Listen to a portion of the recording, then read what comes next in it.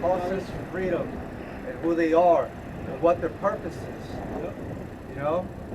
So this is what frees you from that mental captivity, man.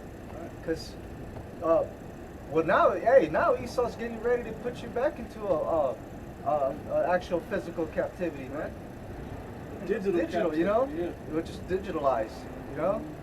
But right now is the time where like we're speaking about that spirit, the water, it's flowing, it's freely given, it's abundant, you know? The table is set, you can eat. This is the time where you could we're meant, it was spoken that we would come back to life, man. You know? And our bones, everything would get all back its flesh, you know? And most importantly, that breath of life. The breath of life, you know, finishing it up with the breath of life, which is the understanding, you know, the law, statutes, and commandments. Once again, we're remembering ourselves. Hey, we're no longer in a dead state, man. You know, the remnant. Let's be real about it. It's the remnant that's able to get that. The rest of them, they'll hear this message, but they won't move towards it. They like the captivity. They were used to it. They're so with that Stockholm syndrome. You gotta know what that is. They're so caught into that slave mentality. They can't break free. They don't want to break free. The slave, what was that in Birth of a Nation with Nate Parker?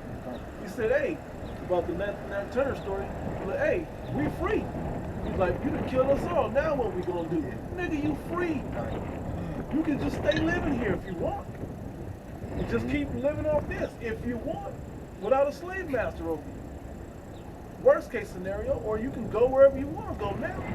But the mentality is, we got to still be here on this plantation. People don't think that we can actually get free. Well, this is how you get free. And during those times, that mentality was passed down from generations to generations. So the parents were teaching their children to think how to think like that, how to, you know. So that cycle got to be broke. Right. This is what's gonna break. This is what's breaking. So from there, hold that still. That's what also on precept John 8:32 it says, "And ye shall know the truth, and the truth shall make you free." Right. You know, because it's what the power of that breath, man. Because like you said, a lot of Jake pass by, you know, allowed to just hit their ears. But if you're not applying that wisdom, if you're not getting deeper within that wisdom, then you still under these chains that Esau got you to. So you go back to Deuteronomy, then I'll come on. Correct. And when you go into that word "know" in that John 8:32, it means to be intimate with. Yeah. You know.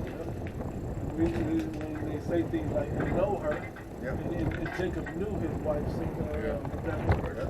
You know. Yeah, that's the physical way of planting. Back in Deuteronomy 30, this is on 5. It says, "And the Lord thy power will bring thee into the land which thy fathers possessed, and thou shalt possess it, and he will do thee good and multiply thee above thy fathers." Like I didn't think I read 4 of them before. If any of thy be driven out from any of thy that then the Lord thy power will turn thy captivity and have compassion upon thee, and will return and gather thee from all the nations whither the Lord thy power Yahweh has scattered thee. And that's the key thing to this. So the scattering has happened, but spiritually we're being gathered back together. Okay? And how do you know? Because you're looking at the camps across the 4 corners of the earth building up. Right. In all different lands. And who went over there? We can't say that this man or that man, or we all needed, you know, one man, Apostle Har, went to all these lands and set these churches up. No. The Spirit set all these churches up. Now, they did see the teachers, but the Spirit is what connected them to it to make it happen. To the vehicle of the internet. To the vehicle of the unicorn of the internet. Right. Yeah, I gotta say this now that you mentioned it. You got this guy Nate. Yep. You know, Hollywood Nate. You know, he believes he's gonna be the one to fulfill Isaiah 11, where it talks about how the Lord's gonna recover his remnant that are in those different countries on the other side of the world. The ones that are in, from Kush and from Elam, from Kush, from Cathros, from Shinar, he's gonna be the one to do that. And then they had an AI Nate He was in the form of a superhero. He hovering this shit. Got smoke coming off of him. And he's speaking in different languages. Yeah. Yeah, Wow, you man. can do all that shit and don't got the name. How you Yeah, gonna don't- yeah, don't gather have all the these name, people without yeah. the name? You speaking, and on top of that, you speaking all these languages, or the AI got you speaking all these languages, but yet the Hebrew we speak ain't the Hebrew. Come on, man. Stop, man. The first thing But that this, when man gets so proud and makes it about what he's gonna do right, instead of what the spirit of Yahweh Shem Yahushai is doing. right. Right. The spirit of Yahweh Shem Yahushai is doing a gathering. You yourself and what you think you're gonna do, that's not it. All right. The scriptures already tell you that. Was that in Psalms, the 19th chapter, where it talks about how his speech is going to be uttered from day and night. You know, his speech But not a man's is going to be throughout the earth. Yep. Have they not barely heard? Yeah. The speech is going out through all the earth. Surely their speech went out into all the earth. It ain't just one group. Everybody on the earth got the internet now. Right. At the palm That's of their why- hands. That's why you got great millstone camps in Africa and other places of the world where no brothers from the States been to. They didn't have to get on a plane and go to them places and establish a camp. The Lord it's the Lord that's working the course, man. But that's the pride of this guy, man. Real proud, man. And You you think guys- when you think that you're so important that you're beyond the program of Yahweh Shem Yahushai, man. The Lord can do it quicker. Way quicker. It'll take you 18 hours, America, to get on the other side of the world, some shit. Lord do it in a split second. Yeah. And I'll click on the same upload. And 20-minute upload. And in 18 hours, they'll be ready to link to the video, watch some basics, and now they're ready to start gathering. Good. So you know his antennas raised when he'll probably go to a spot and he think nobody's been to it. And then he gets there and then some people mention like, yeah, we know GMS. I know that messes with him. It's a guy in the Philippines that was breaking down the name of Yahweh and Yahweh Shai, and the apostles never been there. And where you think he got that name from? Exactly. This is Matthew 13 and starting at 47. Again, the kingdom of heaven is like unto a net that was cast into the sea and gathered of every kind. And that sea is like unto the people, right?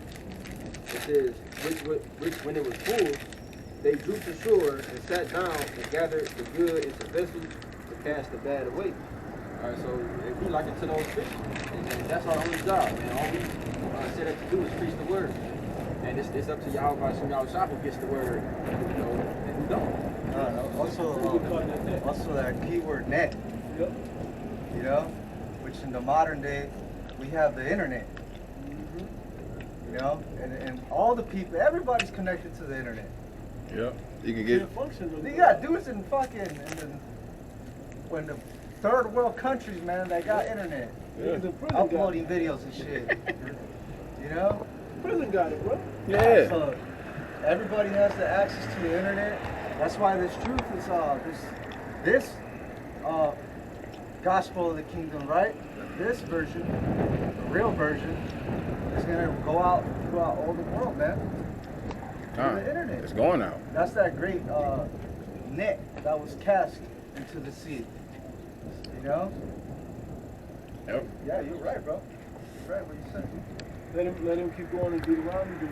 It's back in Deuteronomy 30 and 5. And the Lord thy power will bring thee into the land It's like you were done. the land which thy fathers possessed, and thou shalt possess it, and he will do thee good and multiply thee above thy fathers. Now, the key to this, well, that happened during David and Solomon. No. It said after the blessing and the curse. So the fullness, showing you the fullness of the whole thing, then this would begin to happen. And it's still specifically talking to the children of Israel. You got it. And thy Lord thy power will circumcise thine heart, and the heart of thy seed, to love the Lord thy power Yahweh with all thine heart. Hey, what's that talking about? Anybody know? Anybody know what that's talking about? Read it again. Read it one more It says, time. "And the Lord thy power Yahweh will circumcise thine heart There's something going on right and now. the heart of thy seed to love thy power with all thine heart and with all thy soul that thou mayest live." I was talking about this. Yeah, you know what it is. Yeah. No, we can. Y'all can throw one out if y'all know what it is. I can. Yeah, but it's specifically what he's gonna do. What event it's talking about? New right? covenant. The new covenant. It's the new covenant. Then it said your heart. So we're gonna have the law, statutes, commandments on inward parts. Exactly. Yeah, That's exactly what it's talking about. It's like, when that exactly is that gonna happen? Like what event? Right. What scripture? Yeah, you think of the scripture, what? Yeah. Even before actually. Split second. Before. That happened before that too. You gotta be changed. So this is tapping into everything that we're going into, that we believe in these scriptures, that we believe in this faith, showing you that where we're at in prophecy, and this is the point of understanding prophecy, this is the importance of prophecy, knowing where we're at, because if you listen to the replacement theologists and what's the other ones that believe 70 AD was it, preterist beliefs, if you believe these different things, we got no hope going forward. We have no expectation. And it's like, what does all this happen? You can't line the times and the time in themselves to know when to be prepared, to get yourself prepared. But we're watching all the things in prophecy happen with these people on that side. We're watching it happen with those people coming together and teaching this thing in the spirit and learning this thing in the spirit. Okay? There's no more on that. Hey, And at least the Esau see the children of Israel raising up, man. Yep. You know, rising up, and it's making them very fearful, man. Yeah. All right. Well, you might want to Because they know. Yeah. Well, once the elect start, waking up, that's they're losing the grips on their rulership, man. Yeah. And in this verse right here, I wasn't gonna have a brother read, but since you mentioned that, we can read it. And it's 7. "And the Lord thy power will put all these curses upon thine enemies." Because they know the moment we start rising up, the curses start to come off of us, and then they'll start coming up on the other heathen. Parable of Lazarus. There you go. It says, "Put all these curses upon thine enemies, and upon them that hate thee, which persecuted thee." So let's go. So just wanted to make that quick point. That's why they're afraid that the elites especially are afraid that this is happening. That means, wait, we're doing all of this, and we got something. They believe this MOTB thing is going to be this WO, the thing that solidifies them forever. Yeah. We got the way, so to speak, for lack of a better word. We got the way to keep them in captivity forever, keep them transgressing against them. That's what they're going to try to do to combat us waking up. It's like, let's put them on this digital chain. So. And so I was reading over Job, and when you read into Job, when Satan was tempting Job, the Most High was laughing pretty much at at Satan and trying to turn him. He don't understand. It's the same thing like the elect versus 2/3. 2/3 can be coaxed into away from the Most High. The elect cannot. That's said and done. Just like Job, being of the elect, can't be turned from the Most High, no matter what you do. All right? That's another similitude or analogy or parallel that's happening in these scriptures as well. And that's the power of the Lord the Lord made Satan think that he would win. He had a chance. But what is Satan doing? He said, hey, well, take away everything you got, and they'll turn from you. The 2/3 believe in that also. Yeah. As the scripture You said, give them no out. Man. as the scripture said, the Lord will charge his angels with fire. Yep. To play things out. And that's spiritual. You said that where they took everything from Job, and the same thing's gonna happen in this time where they're gonna take everything from us, and Satan, Esau, is gonna try to get us to turn and on the Lord, but the elect is not. Because I'm trying to think exactly where it's at. Let me quote it, then you can grab your precept. How's he it was go? like, it's in the first and in the second chapter. In the first chapter, he's talking about if a man have all the things,